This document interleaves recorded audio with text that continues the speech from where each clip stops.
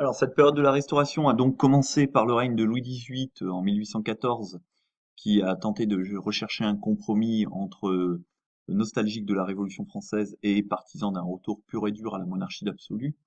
Louis XIV, eh bien, il finit par mourir en 1824 et va lui succéder son frère, donc un deuxième frère de Louis XVI qui va régner. Finalement, les trois frères ont régné tour à tour, hein. C'est pas la première fois de l'histoire de France, mais c'est suffisamment rare pour être souligné. Et ce deuxième frère portera le nom de Charles X, donc l'ancien comte d'Artois. Et ce Charles X va matérialiser le triomphe de ce qu'on appelle les ultras. Alors, qui sont les ultras?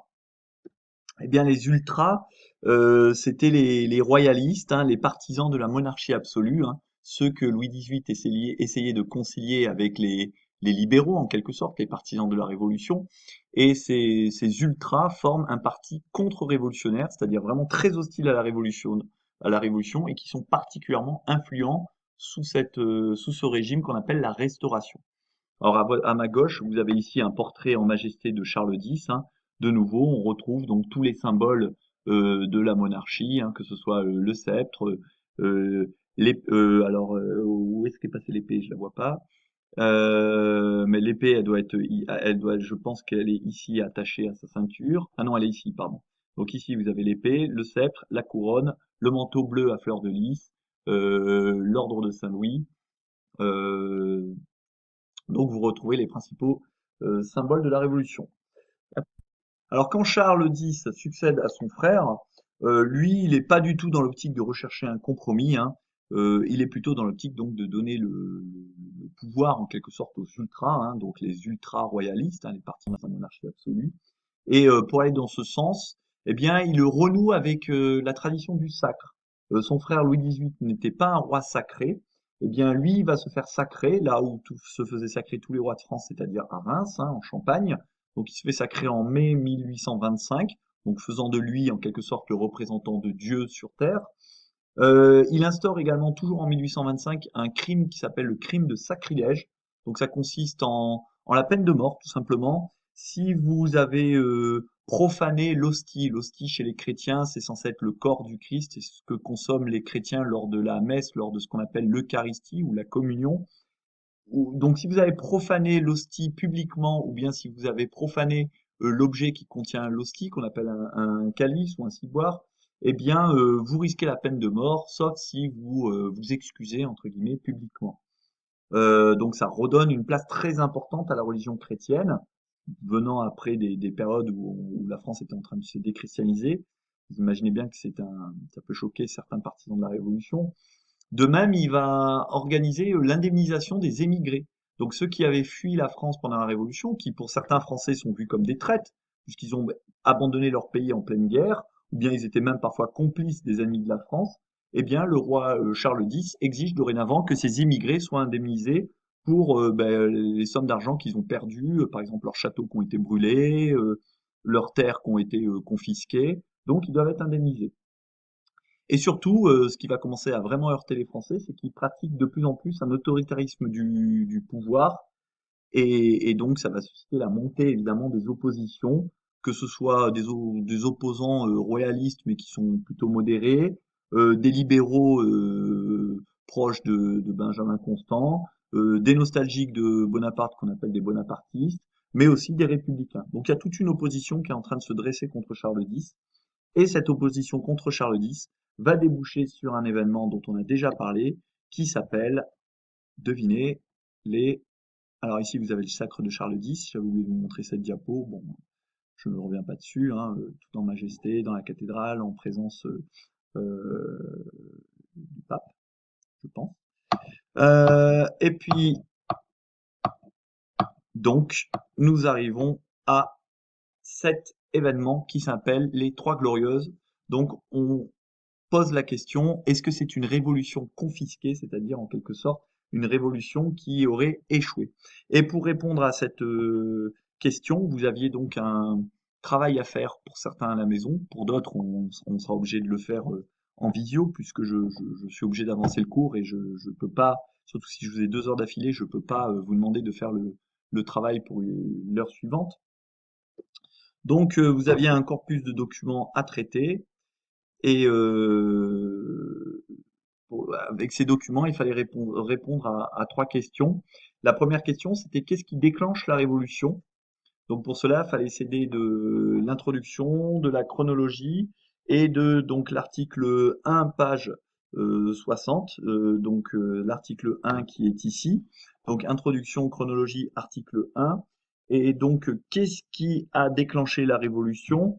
Eh bien, ce qui a déclenché la révolution, c'est avant tout l'autoritarisme de ce roi Charles X, qui porte notamment atteinte à la liberté de la presse, puisque dans ses ordonnances, l'article 1 suspend la liberté de la presse, alors qu'elle était permise depuis la Restauration. Il dissout l'Assemblée, ça c'est l'article 1 de la deuxième ordonnance, hein, la Chambre des députés des départements est dissoute, notamment parce que cette Assemblée avait été gagnée à la surprise un peu générale par les libéraux. Et il souhaite également restreindre le droit de vote. Donc toutes ces mesures vont le rendre particulièrement impopulaire. La deuxième question, je vous demandais de répondre à cette consigne. Quels sont les acteurs de cette révolution et quelles sont les formes d'affrontement? Donc pour cela, il fallait servir encore de la chronologie, mais en outre des documents 4, page 69 et du document Le saviez-vous? Donc le document 4, page 69, le voici, le fameux tableau que je vous ai présenté précédemment, La liberté guidant le peuple. Donc quels sont les acteurs de cette révolution et quelles sont les formes d'affrontement?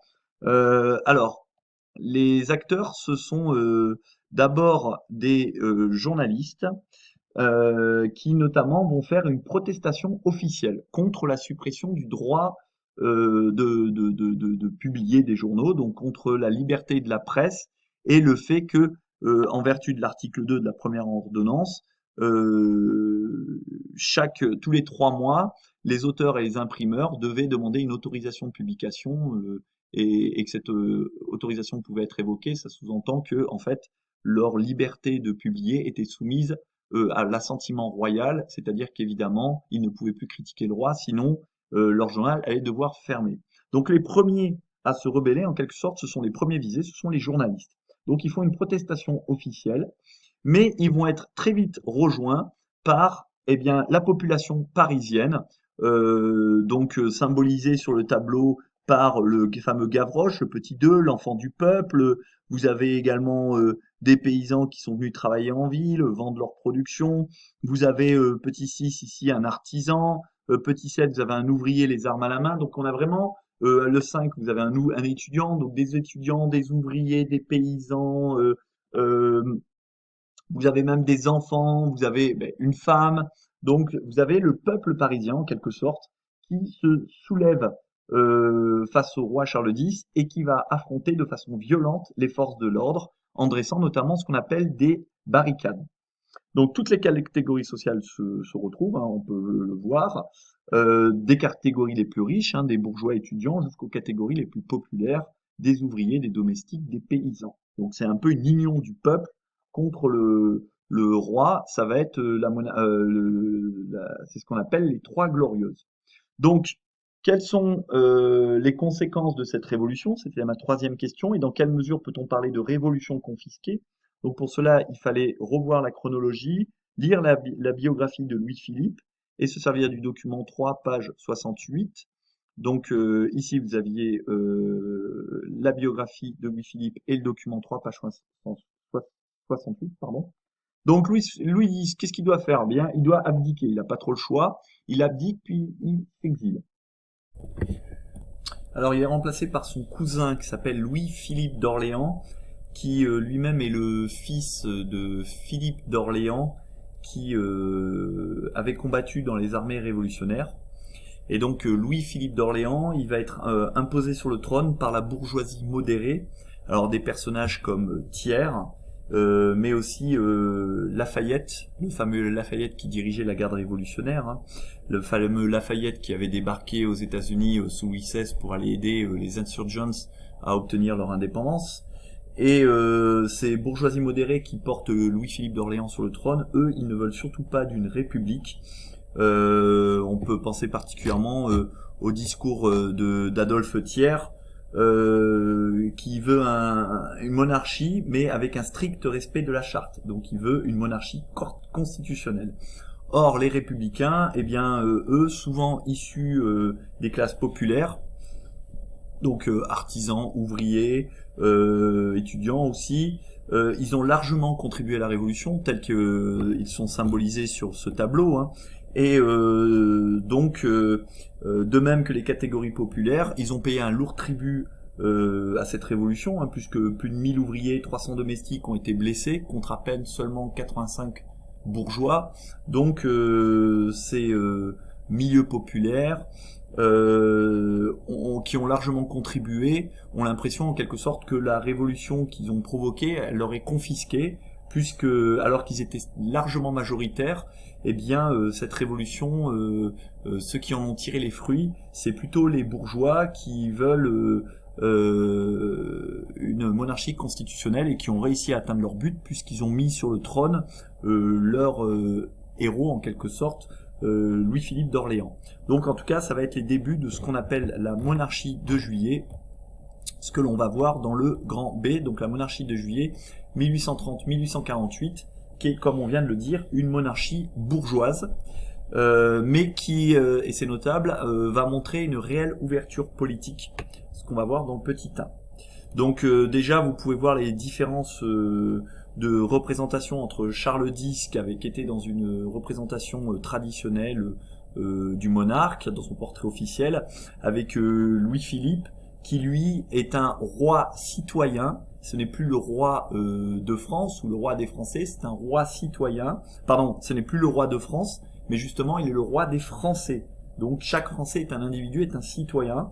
Il accepte le drapeau tricolore, donc il accepte les héritages de 1789, et il prête serment sur la charte de respecter justement cette charte et donc la monarchie constitutionnelle. Il va mettre en place ce qu'on appelle une charte rénovée. Vous l'avez justement sous les yeux, hein, je vous l'ai distribué, je vous l'ai mis dans les documents. Soit il y a un groupe qui l'a eu en classe, il y a une première qui l'a eu en classe, la première 7, ce document, alors que la première 2, vous l'avez sur Pronote. Et donc on voit que dorénavant, les chambres, qui sont toujours deux, hein, au nombre de deux, la Chambre des pairs, la Chambre des députés, ont davantage de droits, si on regarde le schéma. Elles proposent et votent les lois toutes les deux. La Chambre des députés vote et propose en plus le budget. Elle possède également un droit d'adresse. Alors qu'est-ce que le droit d'adresse? C'est le droit de pouvoir critiquer le roi. Elles ont aussi beaucoup plus, du moins les ministres vont être responsables devant la Chambre des pairs et des députés. Donc il y a une possibilité entre guillemets de contrôler et d'avoir un impact sur le pouvoir exécutif, ce qui était totalement impossible sous la Restauration. Donc c'est plutôt une monarchie parlementaire sous le modèle anglais. On voit quand même que le roi des Français peut proposer et sanctionner les lois, mais par contre qui ne peut plus les suspendre. C'est-à-dire qu'une fois que les lois ont été votées par la Chambre des pairs et la Chambre des députés, il ne peut plus les suspendre. Il nomme les juges, les ministres, mais on voit que les ministres sont aussi responsables, comme je l'ai dit, devant la Chambre des députés. Et enfin, si on regarde à la base de cette charte, le corps électoral s'élargit légèrement. On obtient environ 250 000 électeurs en 1848. Euh, et le sens est également abaissé pour certaines catégories afin qu'on puisse élargir la base. Donc il y a une base quand même légèrement supérieure à celle qu'il y avait sous la Restauration. Et puis ce régime aussi est un peu plus libéral parce qu'il commence à accueillir des réfugiés étrangers. Et je pense notamment au célèbre indépendantiste italien qui s'appelle Mazzini et qui était poursuivi notamment par l'Autriche parce que il souhaitait réunifier son pays.